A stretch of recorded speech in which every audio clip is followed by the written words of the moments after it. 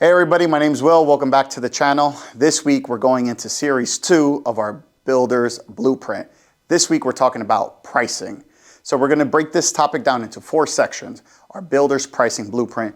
Today we're going to talk about the difference in cost versus prices. We're going to understand the struggles so many contractors face when they come into the career of contracting because they're still stuck on their mindset of maybe I should charge as if I was doing a side job. We're going to take a dive into what those different points that we want to keep in mind on from contracting cost versus contracting prices that we give our customers. Thank you guys. But if you guys are following along, are you guys in the same boat as I am? That you guys go into YouTube, you go into Yahoo or Google and you type up how much does this cost? I want to know if you guys can remember what were one of the first jobs that you looked up for a pricing structure. If you guys don't remember, what was the last job you looked up because you did not have an idea on what to gauge this price? Comment down below what jobs that you guys physically worked on that you started looking up. But what happens when we come into contracting? We recognize that, hey, we understand now this is a business. Side jobs, remember, were supplemental to what you do as a contractor. So that's why it's the side job. But what happens when your side jobs become your full-time job? That's my hook. That's what I'm going to use for the video. What happens when your side job no longer loves you? Your side piece no longer wants you. What happens when your side job upgrades to your full-time job? You know, you got to upgrade that side piece. No, but we got to figure out a hook for that. I like that. But yeah, when your side jobs are no longer a side job, it's your main chick. It's your main source of income. You gotta, Danny's gonna be like, what's he talking about? So when your side job, your side piece becomes your full-time career, you gotta treat it better. You can't just treat her like how you used to treat her. You gotta treat her with a little more respect, dignity, right? So, I'm making a reel out of this. I know. Everyone's going, bro. So you got to treat it different. It's just, you know, I don't want to get too much in trouble. But yeah, you definitely got to treat two differently. When you have a full-time job, you know, you only look at that side piece on the weekends. You know, I'm too busy during the week. The same applies when it comes to side work and now your contracting business.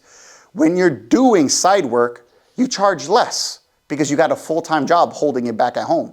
You come home, you got dinner spread out. You ain't worried about the little McDonald's run on the weekends, you know? But when it comes to side work, so many people hit the ground running. They make money as a side job. They say, screw my company. I'm gonna make my own money without my boss. And you start keep hustling, keep hustling, keep hustling. But what happens when you leave your side job? When you leave your full-time job, that side job now, with you knowing or not, becomes your main source of income. So you have to treat it different. Because there's so many times when contractors go into contracting, they still have the mindset of this is side jobs. This is side job prices. You're not getting the same quality work. You're not getting the same quality payments as if it was your secondary. So when it comes to contractors, so many people have the issue of, what is my price? Where should I start? What's the difference between cost? What's the difference between price? That's what we're going to break down today. Tommy's laughing, so I don't know what's going on. Your blankets are on the couch already. You keep going. You're about to sleep in the truck. Appreciate you, Barbo. But no, that's what we're going to talk about today. And today for us, our objective here is understand the difference between cost and price. So many of us come into, once again, contracting, trying to make ends meet. We come in with a side job mentality. So once again, as a side job, you understand that there's contractors. The homeowner called you to do a job because they're expecting low prices. They're expecting, right here, low prices. But as a contractor now, you recognize that you have to go up or find a happy medium, because you got to keep operations up and running. So with us, we have the dilemma of, if you don't catch that too quick, what we see is a lot of contractors, they're pricing too low. because they don't want to lose work because they have the mindset of just side jobs. Story time. When it comes into contracting, so many people go, when I started, I was my first year and I was still working at the union. So I was a contractor on paper, company, LLC, and I was working on the weekends. I knew that I had to charge more than just a side job price because wasn't side work. I was getting ready to prepare to quit my union job to go all on my own in contracting. But what does that entail? So I worked the night shift. So I was up all night Googling how much does a ceiling fan exchange cost? And they said, oh, roughly around $100 to $125. And I'm like, that doesn't sound right. Because with all this stuff, I'm thinking it's an hour or two with travel time, all this. So I understand Google, and I want you guys to comment down below.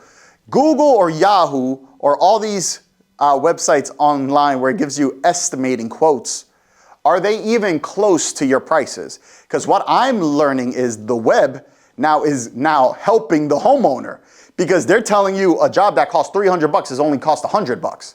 And I'm like, what is going on? I'm starting to recognize that these prices are giving the actual cost of the labor, not the price of the contractor. So we're going to start seeing the difference between the two. So what I started using as a gauge was that would be the average cost of the job. But my price was different based off of my overhead, my markups. We're going to start getting into that in the second, third, fourth part. But today we're going to talk about the difference between cost and price. We're going to look at some examples, and with the help of you guys in your comments, I want to know, what do you guys think? First question, what have you guys seen when you guys look up the different cost or the pricing for some type of electrical work? Do you see it online as something around the same market share, or is it usually way below your numbers? Comment down below. No, no, no. Exactly. So MAPE is saying no, it's not around your numbers. EcoBright is not around your numbers. Barba, so when you go online and you type in your prices, it's roughly the same amount as what you're charging now?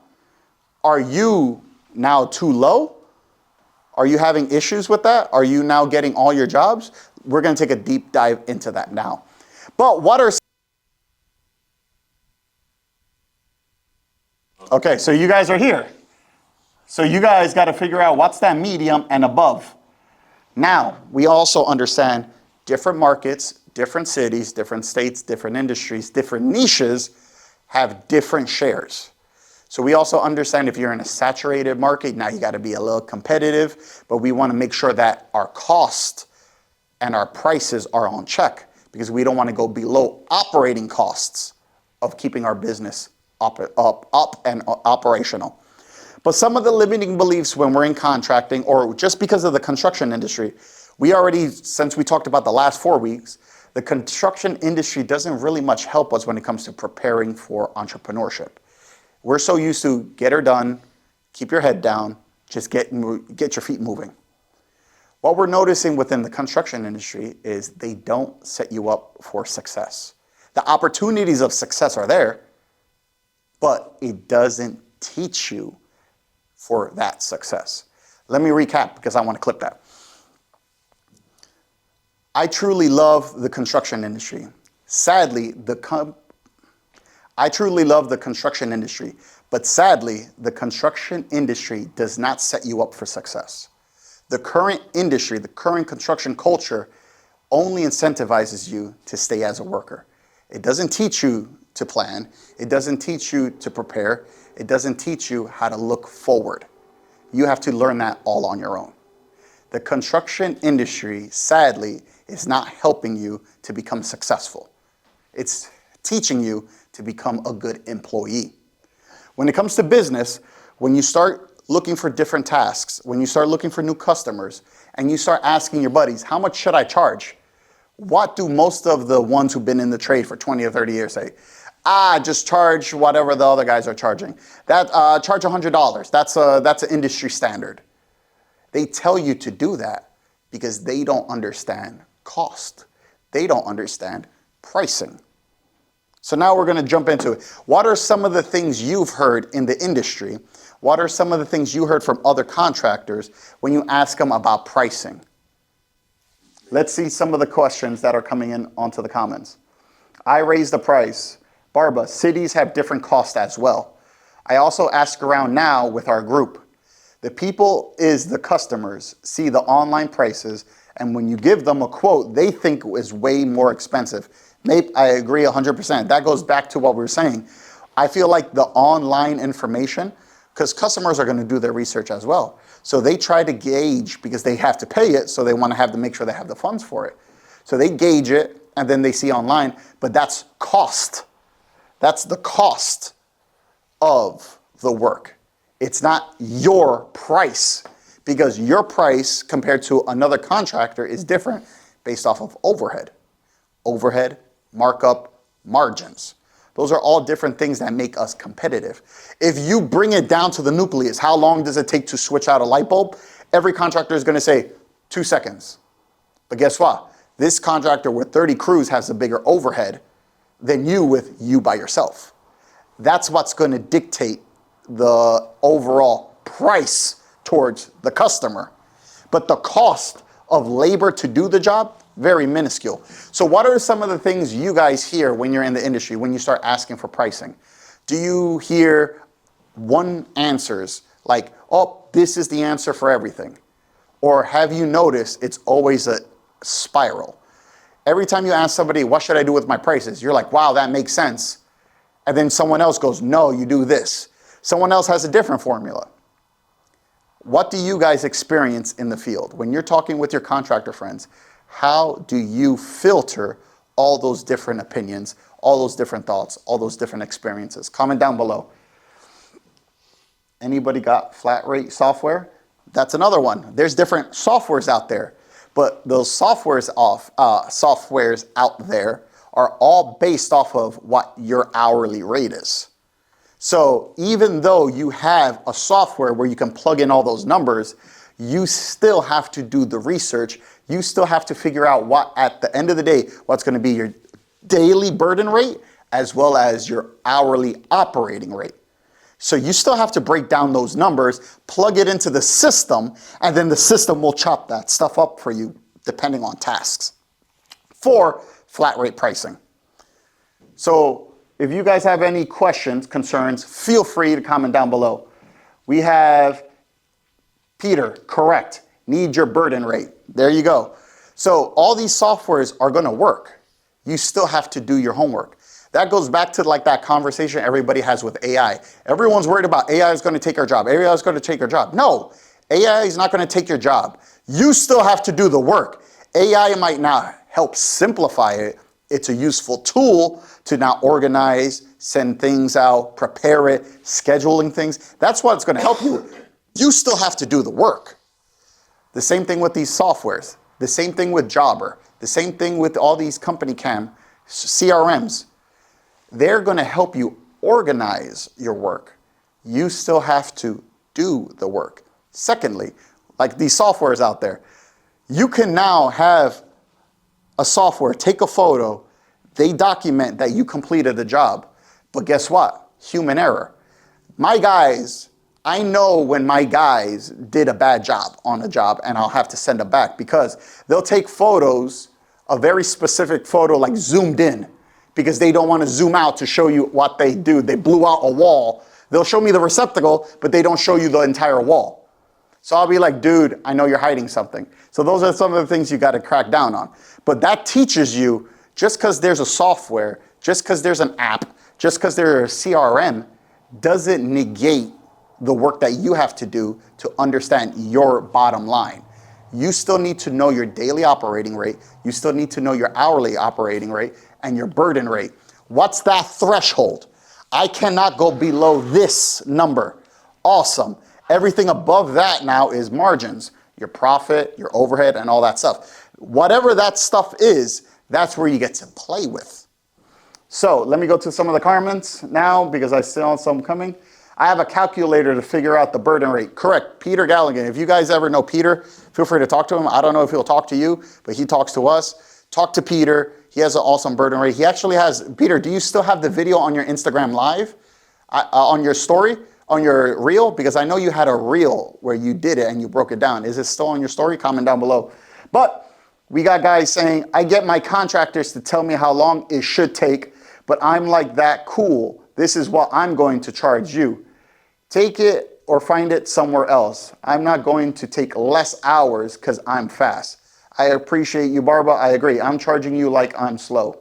I got to go follow you, Barba. Follow me with what? I'm here, bro. The olive tree. I have SER, a monthly amount that my company has to make. The closer I get to the end of the month, the more I'm willing to go cheaper I tend. Okay, so olive tree, that can happen because maybe you're not making or reaching your metrics in the beginning of the month. So now you have to start lowering to get more work so you can meet the end goal. That's something we can talk about privately if you want to jump on a call, because a lot of people go through the same thing. So they start with the high prices trying to fill up that, and then they start seeing the work's not coming in. It's not trickling in as they expected. Now they start panicking. They lower their prices to get more volume, and then it's a race to the bottom. So that's, I appreciate that. Let's talk more about that. I have a burden rate calculator, flat rate pricing tool, as well as a new construction estimating template. Yes, the reel is on my profile. Appreciate you, Peter. Anybody, if you haven't had the chance to go check out Peter's page, go to it. I think it was like close to a year or two ago where Peter made that video. We said send him a DM and he'll respond. Send him a DM. He'll take care of you guys. But appreciate you guys for all that, especially with the community that we're building up. The simple fact that you can reach out to someone, ask for their experience, you know, at the end of the day, that's what's going to help the industry keep growing. Because remember, once again, we're more connected than ever, yet we still be facing the same problems everyone's facing from the beginning of time. Why is it that we have contractors and we have internet and we have social media, yet we're still facing the same problems and going on Google trying to figure out how much does this cost? The opportunities that we have to connect, of course, you can view it one way, you can view it another way. But the simple fact of giving out, helping other people and elevating others, you're always going to win. That's something that you're always going to have a ROI. Maybe not now, but definitely in the long run. So keep it up. Appreciate each and every one of you. If you guys need any of these assistance, these are exactly the type of conversations, the breakdowns that we're hosting in our Build Association. BULD, Builders United in Leadership Development. If you guys haven't heard about Build, feel free to send us a DM. Feel free to message us afterwards, or anybody in the chat down below who's a part of Build, so you can come to our community. We have questions asking about documentation, CRM, estimating software, tracking, mileage, all these questions, all these comments that you guys are mentioning down below that are part of your overhead mostly and soft skills systems. Those are conversations that we're having on the daily with experts, COOs, my VP of operation. So if you guys want to get a chance to ask them any type of question, feel free to join the Build Association. Send me a message. We can talk more about that. But now that we experienced that, what are some things that you guys notice? So many people say, like Barbara said, they charge by hour or the job takes longer. So hourly rates. Everyone goes through the dilemma of fast work doesn't pay because the homeowner now challenges you. That only took 15 minutes. Why are you charging me so much? So those are some of the experiences, the dark stories that we hear. Fast doesn't pay.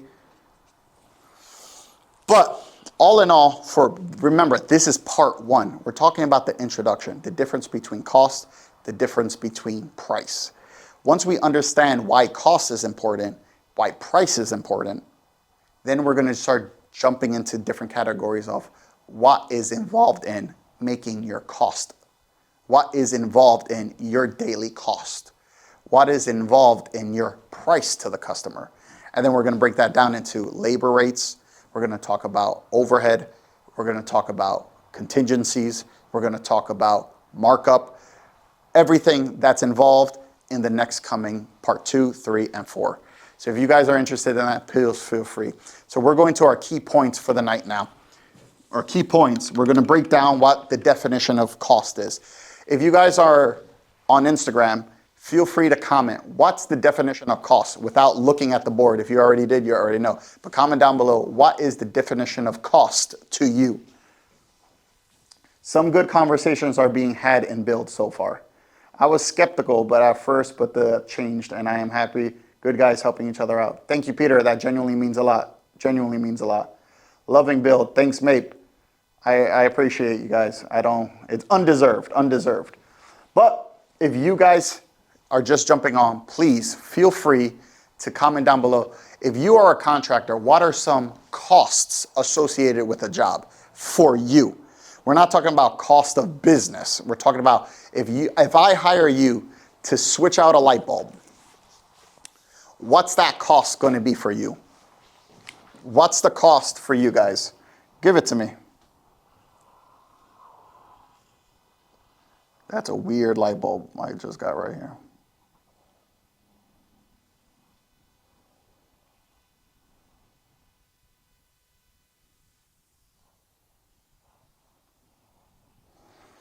How much does this cost you? Down below, what hard costs, your hard costs and what you need to operate. Beautiful. Then you have your labor and materials from start to finish on what is needed. Corona, awesome. Peter, amazing. Thank you. So hard cost, like what Peter jumped in, it's what it takes to complete the task. Labor, materials, overhead. You're absolutely right. So if I, as a side job, go to switch out a light bulb, right? Tommy, can you pass me a light bulb? If I go to switch out a light bulb, I go to the customer. Actually, Tommy, come on camera. Oh, sweet. All right? All right. This is your light bulb. All right. You need a light bulb. Tell it to me. I need a light bulb. Awesome. I'm going to fix it for you. Thank All you. right?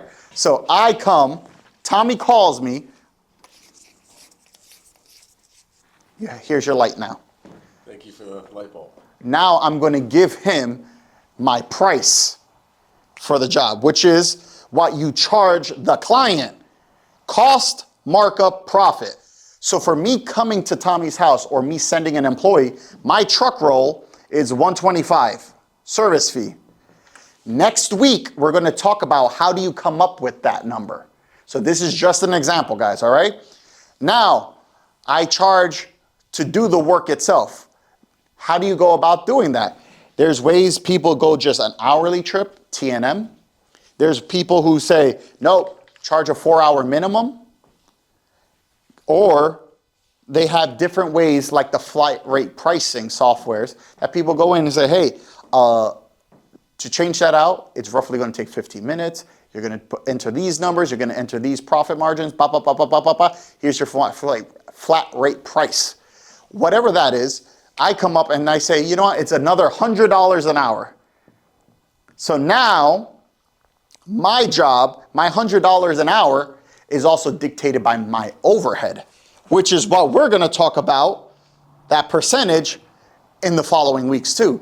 Today's just the intro of that conversation, cost versus price. If I now give that homeowner a bill for $225, that is my price as a contractor. The homeowner might go, what the hell? All I had to do was switch a light bulb. Yes, ma'am, I understand, but I had a van to drive out. I have insurance on that bad boy. I have to change the light bulb. I bought the light bulb. If the light bulb burns out, I have the warranty on the light bulb to switch it. Plus I did the work and now I have to go to another job. All of that comes into my price of $225 an hour, $225 for that light bulb switch. But if I'm a guy on the side, right? I'm the side piece over here. I'm the side contractor. I'm not the main contractor. I'm the side piece. I say, hey, I can do that for you tomorrow. It'll be $50, right? Because all he has to do is get the bulb, which is what? A pack of 10 to $20. Switch it out for 5 minutes, $50. He keeps $20. So the cost for him is less because he doesn't have overhead to worry about. He doesn't have all these other things that he has to be responsible for. So as somebody who's coming in on the side, he can mess it up, right?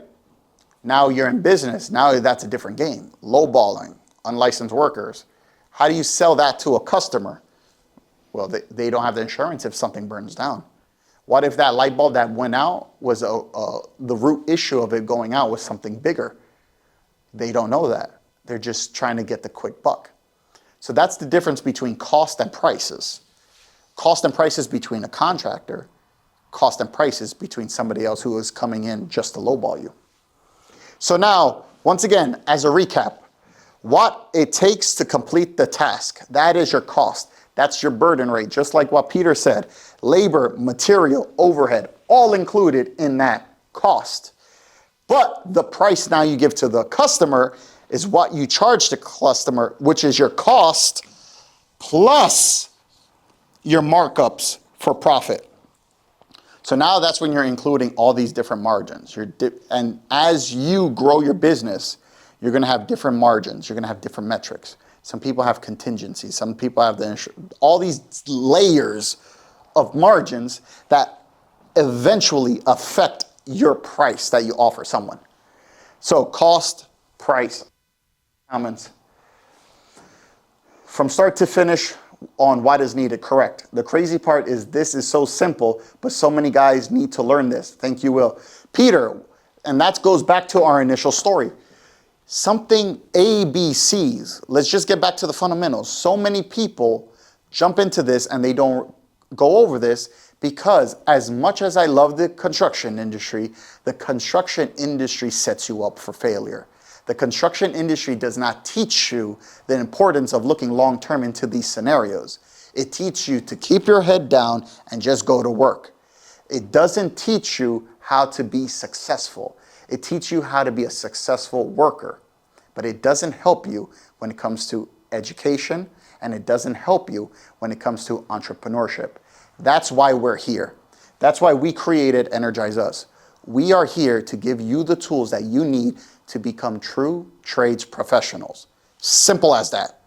And guess what? It talks and starts all with the ABCs. And that's what we're doing. That's what we're going to go into. A simple series of just knowing left and right, 1, 2, 3s, ABCs, because something like this puts it into perspective, because so many people want to come in thinking about X, Y, Z. Oh my God, I got to worry about this, this, this. Chill. Let's get the fundamentals. Cost versus price. Let's break that down. Now, we're going to start going into some of the things that affect cost. Labor, material, overhead, just like what we learned in cost. Let's break that down. So labor, that comes to your hourly rate, labor rate. Let's talk about work. What do you want to charge yourself? What do you want to pay for? What do you want to pay yourself as an owner operator? What are you paying your employees as an hourly employee? That can go to their hourly rate. Once you start noticing their hourly rate, now you know your daily rate minimum for labor. Material. How much does material cost nowadays? What's the markup on material? If you guys, once again, if you guys are not part of Build Association, I truly, honestly, not trying to sell you guys, I think you're missing out. I believe Ova, if you're on, or Peter, if you're on, Ova, if you are on, asked an amazing question. Ova asked, how much should I charge for markup on material? And now, of course, that goes into different categories.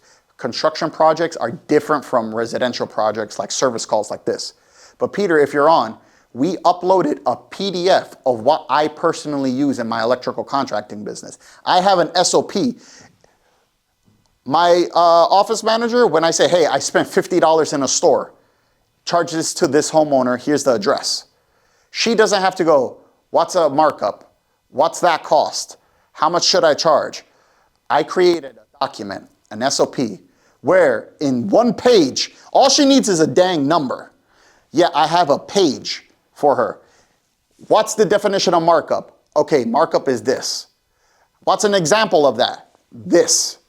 Is this a markup or is this overhead? So because she'll sometimes go like, oh, gas.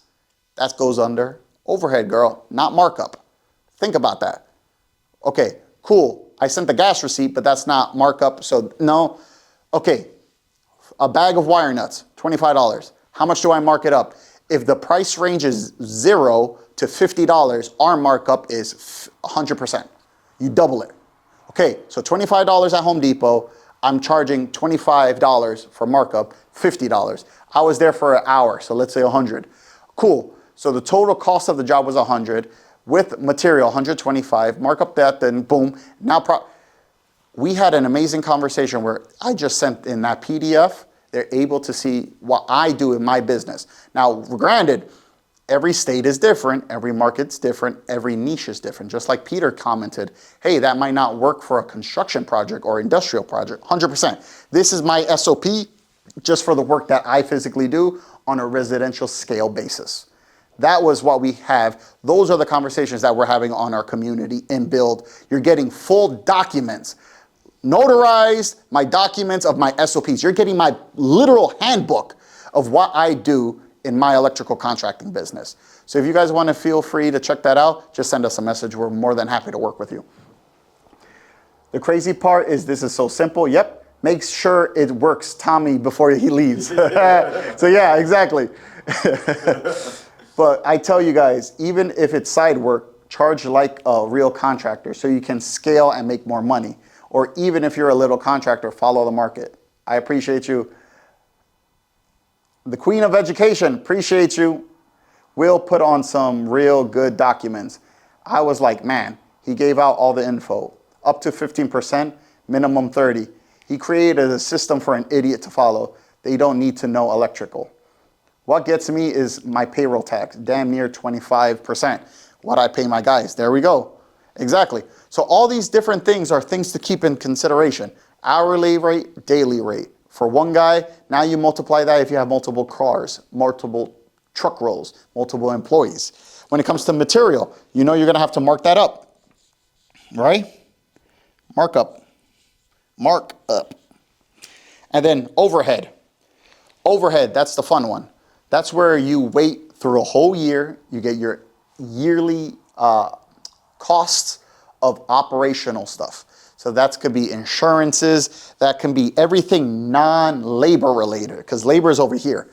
Everything non-labor related that keeps your business afloat. That's all your taxes, your fees, your payroll expense, all that different stuff over here is going to be in your markup. Then you divide that by how many jobs you have throughout the year. A lot of people do it either by a month category. So, hey, this month I have to have or you do it by how many jobs you have, and then that's the estimate. That one could be a little trickier, especially because let's say you have one single contract with somebody.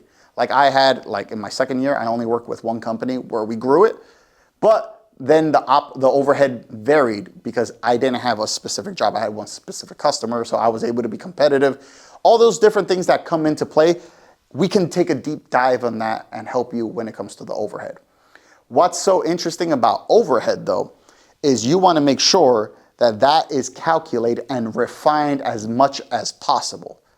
There is so many experts out there that say the closer you are to becoming and finding out your true overhead, that's where you have a lot of wiggle room when it comes to business.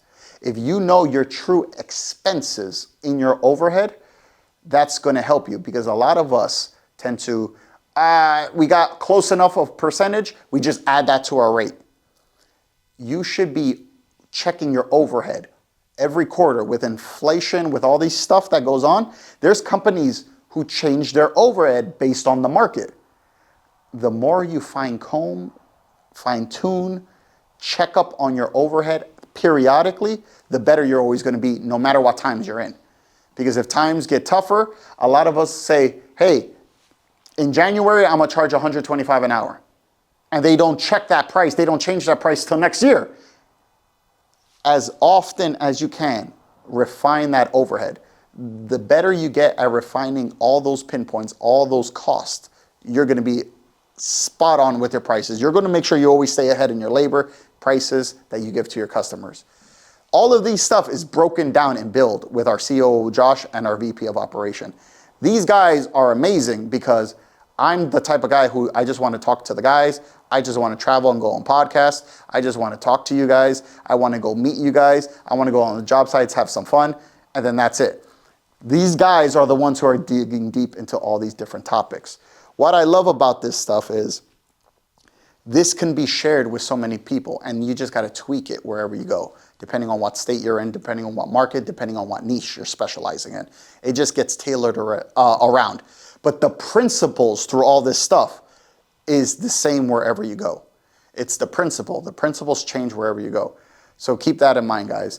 If you guys have any questions, comments, concerns, feel free to comment down below. I'm going to check the questions right now on coming into the year. I'm charging $200 consumable costs no matter what. If I need more, I will charge more. But a minimum is $200 will pay me an extra $40,000 at the end of the year. That's looking some good numbers, baby. I'm proud of you, Barba. Keep it up, okay? I'm learning a lot from Will and the whole group. Barba, I can't wait to work more closely with you on build, okay? But one of the most hidden percent margins that people are overlooking when it comes to profit. This is what surprised me this year, and this is where I've been thriving. People overlook efficiency.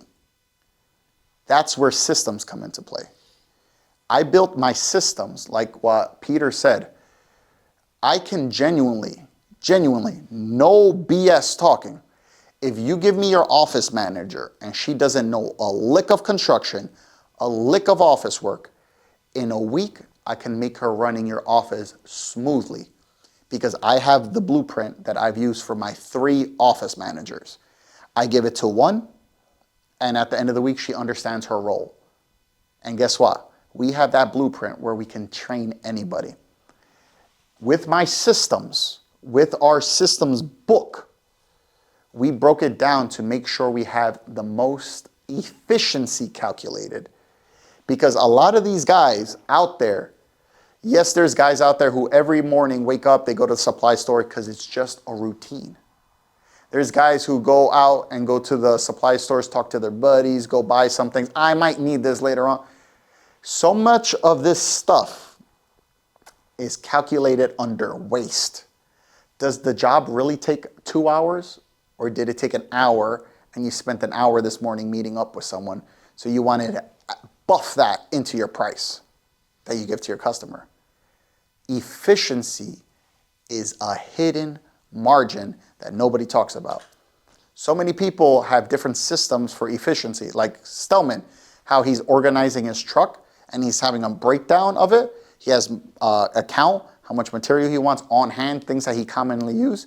That's a form of efficiency. That's a form of profit that you don't see on paper. You see that at the end of the year. You see that down the road. So he's putting up systems. He's putting up operations for a margin that nobody's going to see until down the road, where it's like, okay, how many trips did we make to the supply house? 50. Last year we made 100. What happened? Oh, we stocked up half of that. Guess what? How much did that change? How many working hours did we do? Billable hours was 100. We dropped that down to 50. So we saved an hour for every trip to the supply store because we started doing this and we implemented this system. Efficiency transcends everything. You can be efficient when it comes to labor, the hard skill. You can be efficient when it comes to the markup of the material because now you don't have to go to the supply store. Now you have it with yourself. You can be efficient when it comes to your overhead. When you're efficient with your overhead, you start looking at trends. The market goes up, boom. Market goes down. You move your overhead with that. You find comment always, instead of just saying my hourly rate, my overhead is, let's say, 20% starting in January, and you leave it at 20%. But inflation came up, boom. It should have been at 30 now, but you stayed at 20. So now, even though you're doing the work, guess what? You're still 10% less than what the economy, than what the freaking industry is now telling you to do. But if you're over here and you're efficient with your time, if you're efficient with your system, if you're efficient with your checkpoints, and your systems are going to run all of that, people don't understand. Efficiency is its own set of profit that nobody can tell until the end of the year when you start doing your quarterly checkups or you do your end of the year calculations. You're going to be like, holy smokes. But here's the thing. If you're that contractor who just wakes up and wings in and goes to work, you don't even know that thing exists. You don't even know it. You're not going to recognize it. You're just going to say, oh, I made some extra money today. No. Little do you know, efficiency plays whatever avenue you're at when it's coming to your price that you charge your customer and cost for your internal side of things. Because you want to make sure you keep your costs down and you can keep the same price going out, because that's even more profit run. But efficiency is hidden. Then you start going into different other categories like contingencies, like imagine something just blows up, or doomsday, or insurance policies like that. But for the most part, you want to understand the cost of things, then you add your overhead to make your own price of things. Next week, we're going to start going into how to come up with your own labor cost. If you're coming into the trades, how much does your hourly rate should be? Or what do you want to pay yourself as a contractor? And then you have to recognize whatever you want to say. Remember, I always tell people this. If you come into business and you say you're worth $500 an hour, go girl, you deserve it. You know, you can say that. But when you give that price to the homeowner, because you're $500 for yourself, then you add your markup, then you add your overhead, then you add all these things, and you give that price to the customer, she could say no. So you think you're worth 500. Now we're going to go into how to determine your true hourly rate, how to determine your overhead in a breakdown, and then understand no matter what you decide to choose to pay yourself, market dictates value. If you say I'm worth this and somebody says, no, thank you, what are you going to do? You have to adjust. You have to pivot. All of that's going to be in next week's class. So I appreciate each and every one of you guys to coming into the fundamentals of pricing versus cost versus pricing, today's Instagram Live. If you guys have any comments, questions, concerns, or thoughts, please comment down below. I'm going to flip the camera around so we can start communicating, start talking to you guys if you have any of those issues. If you have any suggestions, feel free to join Build, join the association, where we're having conversations like this every single day. And not only that, we're getting information on our SOPs of what we are actually using in everyday business. So you're getting insights from myself, you're getting insights from my operations team, our VP, and my COO. You have marketing, you have marketing from Tommy. You have our VP of education, Sergio. We have the whole team ready to cater to you guys. Any question that you may have, look at our experiences. We have the SOPs. We're giving you our documents. I'm giving you the roadmap of what you need to do. And guess what? My numbers may be off, but so be it. Your numbers may have to be tweaked a little depending on your market. But guess what? My numbers have been doing pretty good for me. I'm pretty happy. I'm chilling. I want to share that with you guys. If you guys have any questions, comments, concerns, feel free to drop down below. But if you guys have nothing, have a good night, everybody. Appreciate you.